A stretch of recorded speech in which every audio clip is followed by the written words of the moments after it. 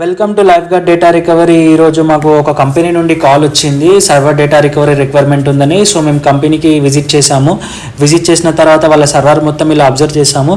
So వేరే ఇది data recovery centre వాళ్ళు లేకపోతే వేరే ఐటీ పర్సన్ ఇలా డేటా రికవరీ చేయడానికి, సర్వర్ నుండి డేటా రికవరీ చేయడానికి ట్రై చేశారు. సో వాళ్ళ వల్ల అవ్వలేదు.